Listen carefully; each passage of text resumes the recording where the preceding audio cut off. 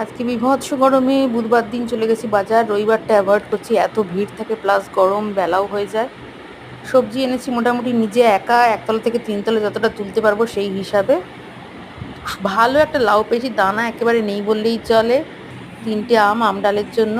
লাউ চিংড়ি করব, এই লাউটাই কাটবো। লাউ কাটা হয়ে গেছে, ঝিঙে টমেটো মাছের ঝোলের জন্য, আমটা আম ডালের জন্য।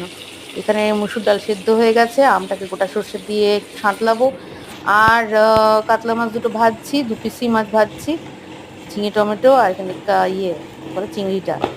নিম পাতা একটু আনা হয়েছে। নিম পাতার সাথে এসছে কলমি শাক। দুটো ধোকা এনেছি আজকে, আর একটা আনি গার্বেজ বক্সের জন্য। কালো প্লাস্টিক, 25 টাকা দাম। এটা 250 সাদা প্লাস্টিক হচ্ছে 9-11-র 40 টাকা নিয়েছে। দুটো টক দই নিয়েছি 10 টাকা করে, যেগুলো। পটল নিয়েছি একটু, ডাঁটা নিয়েছি, ডাঁটাটা খুব একটা পছন্দ হয়নি আমার।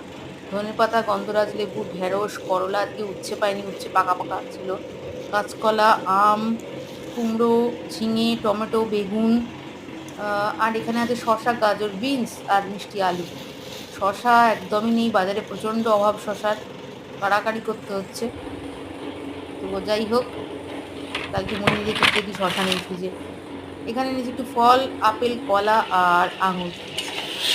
আর একজন ভদ্রলোক ধূপ বিক্রি করছিলেন, অনেক বয়স্ক, তিনি ধূপ বিক্রি করছেন গোটা বাজার ঘুরে ঘুরে। তো তার থেকে দুটো ধূপ নিলাম, 10 টাকা করে 35 কাঠি। এখানে লাউ চিংড়িটা প্রায় হয়ে এসছে, আটা ফাটা ছড়ানো শেষ। আর মোটামুটি লাউ চিংড়িও শেষের পথেই। তো বাজারটা এনে সেগুলোকে গুছিয়ে এইসব রান্না বান্না করতে অনেক সময় লাগে।